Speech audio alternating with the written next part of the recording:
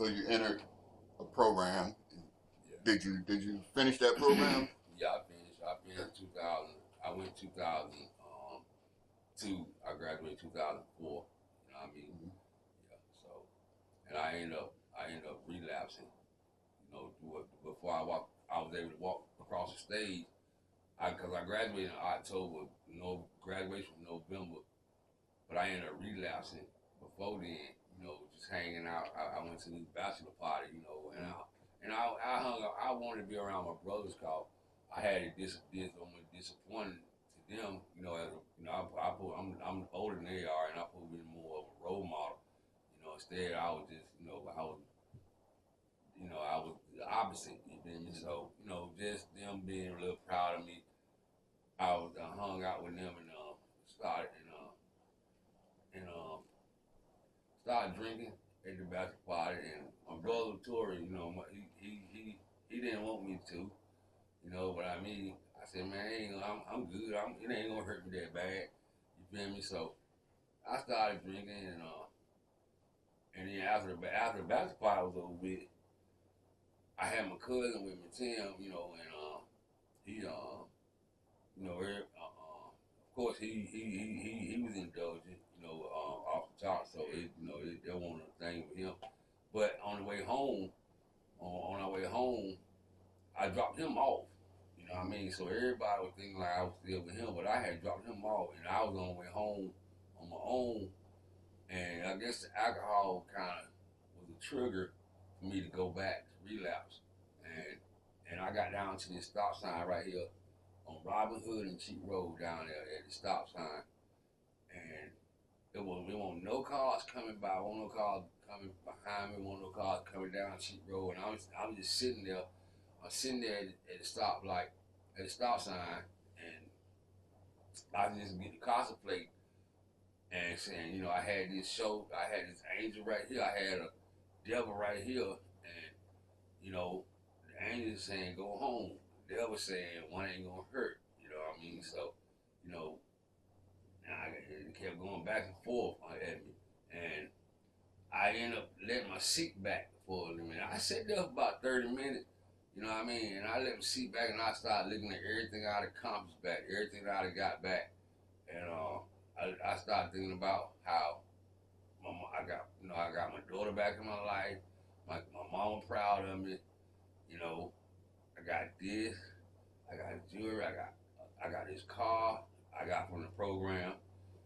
I got a banking account. You know what I mean? And I did a U-turn. And when I did a U-turn, man, I ain't go home for 3 days. You know what I mean? Turned my phone off, and you know what I'm saying? Sending people to the ATM for me. I'm so you know I can't even don't even want to face nobody. You know what I'm saying? Don't even want to leave out the room. You know what I mean? I was just people tearing my mouth off. Going there on the ATM with me. It just man, I was stuck. You feel me? Yeah.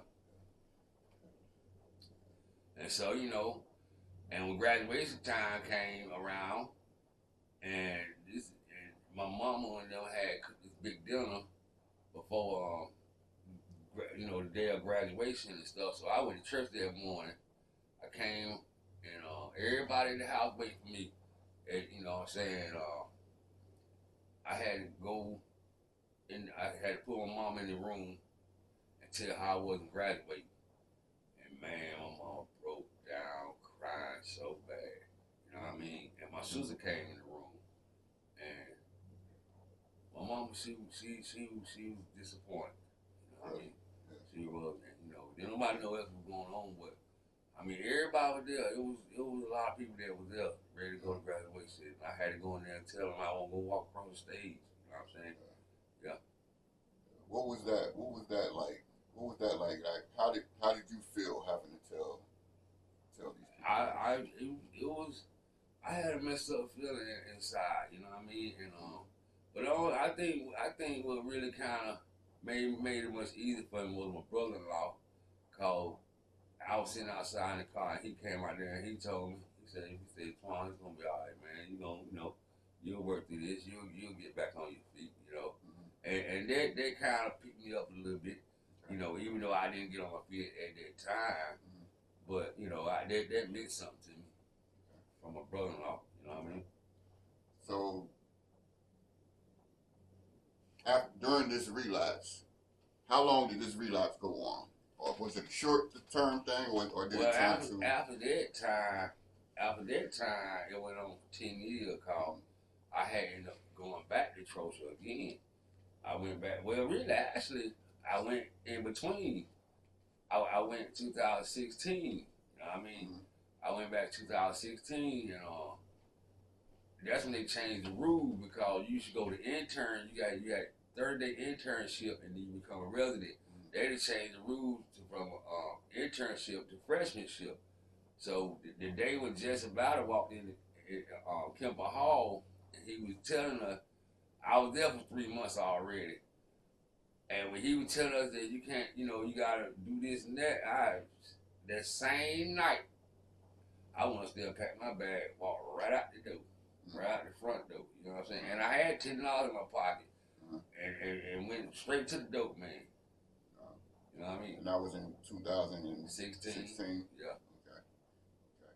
Okay. And between that time, so when you left Trosa in 2016, what'd you do then? What did I do? Yeah. Basically, I always had a job. Cause I was a mover, so you know, I always get hired because you know I was a good mover, so I could go get me a job, and I was staying from pillar to post, you know, staying with different women, you know what I mean, just to have somewhere to lay my head and stuff like that, and then yeah, just like just basically just doing whatever I wanted to do at the time, like you know, just and going to work, get paid to go get high. That's how I was going, you know what I'm saying? Wake up the next morning, ain't got no cigarettes. You know what I mean? Gotta borrow money for somebody, and then go. You know, it was a bad time. Yeah. And in this time, I would think that like what was going on with your relationship with your mom, with your brothers. Well, they were seeing me. Well, actually, my mom was saying, "Geez, Mama told me I was embarrassing her. You know what I'm saying? Yeah. She did. She told me I was embarrassing her. Yeah. You know what I mean? Yeah. You know, just by my walk. You know what I mean? Yeah. Like and my brother and sister, man, they tried to approach me at one point, but I wasn't hearing what they were saying. You know, cause I was drugged out. You feel me? So you know, it wasn't nothing they can tell me at that time. You know what I mean? You know. Yeah. So basically, I was basically gone, man. I was in my addiction, man. Yeah. You know. And at this, now I look back. And I heard you say earlier that you had one child at 15. Yeah. So at this time, had you had any other children? No, not at this time. Okay. No. Oh, no. Well, I had this. Well, it was 2000. 18, it was 17. No, it was 2008. It was 2008 when I had my when Tiny was born. 2009, Tweety was born. Yeah. Yeah. We might, because you said you went to Trosa in 2002, and you graduated in 2004. Yeah. Right. Then you went back to Trosa. Was that 2016? When for 3 months. For 3 months. Yeah. Okay. And so when did you have? 2006. 2006. I'm sorry. Okay. I'm sorry. It was 2006. 2006. Okay. So yeah, my bad on that. All right. So it was 2006. You went back to Trosa. Yeah. And then you stayed for 3 months. Right. And then you left. Right. Okay. Okay. Yeah. And when did you have your second daughters? 2008, 2009. 2009. Yeah. Okay. All right. Called the Celtics one. I remember that. Called the Celtics one in the NBA that year. It was Garnett and Paul Pierce. Yeah. Okay. addiction at this time. You were still Yeah, pretty much doing the same thing. I was in my addiction, but I call myself maintaining a little bit. You know what I mean? Like different than other people, cause like I said, I was hustling too. I was hustling. I was a DVD man, so you know I had me a little hustle. You know, whenever you know, I try to stay on point, you know, cause my mama raised us like that, you know, to try to keep us, you know, to show us a better side. And even though I was in my addiction, I still felt like I had a better side of me. You know what I mean? Yeah. So and so when did you enter treatment again? 2012. 2012. Yeah. 2012. Where did you end the treatment at in 2012? I went back to Trosa again. You went back to Trosa again? Yeah. So this time, when I went back to Trosa, this time, it was basically take advantage of the program. Take advantage and get what I missed out on my last graduation. And the offering that what Trosa has to offer to able to get you back on your feet. So I took advantage of the program this time because of the circumstance of me getting put out, you know, with my kid's mama, you know what I mean? And it was like, when that happened, I mean, it put me in a different space, you know what I'm saying? And when the night when it happened, man, it was like I left and I took off walking towards my mama's house. Because I basically was kind of fading away from it at the time, you know, like kind of cutting back a little bit, kind of looking at my symptoms of what my triggers and stuff like that. So as I walked to my mom's house, I was walking, I was praying, and I was crying, I was praying to God all at the same time. Like, and I talked to him all the way to my mom's house. You know what I mean? And I was telling him, I was asking him, I'm going to get myself together, and, you know, and I mean, at that time it was like she gonna regret that she put me out. You feel me? You know, that's the mentality I had at that moment. You know what I mean? And cause I just like, cause my kids too. My kids, I wanted to be a better dad at this time. You know what I'm saying? So, you know, in case when they get out of school, if they want McDonald's, I can buy it. You know, with no problem. You know what I'm saying? Stuff like that. You know, I wanted to better myself. You know, so they played a role of me changing as well. You know what I mean? By them being born. You know what I mean? Yeah. All right, so you go back to Trosa this time. You take advantage of everything they got to offer.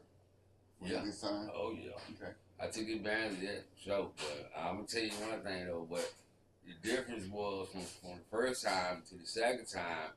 It's like I was more of a leader. Like, well, I was a leader the second time too. But I was like, I stayed in more trouble the second time than I did the first time, because I was like a team leader. I was an intern leader. You know, I was a crew boss and things like that. But this second time, I stayed in a red shirt, and it's called contract. That's when you get in trouble. I stayed in one. I did a 4 30-day contract. You know what I'm saying? And a partner of mine had shared this with me, and it was something he said that in games, what Trosa has, it's called games, and the therapeutic part of it, the program. You know what I mean? He said the real Twan showed up. The real Twan showed up. You know what I mean? That means, you know, it was meaning that I let it all go. I put myself out there to you know, where I wasn't hiding no more. You know what I'm saying? I wasn't hiding behind no curtains or nothing like that. You know, I was just being who I was. I was being myself. You know what I mean? That makes sense. Yeah. You know what I'm saying? Yeah. Being yourself, you know, and when you be yourself, I would think in an environment like that, you're exposed, and right. then you know what you need to work on. Right. Yeah. Yeah. You know. Yeah. Yeah. All right. Cause I mean, it was times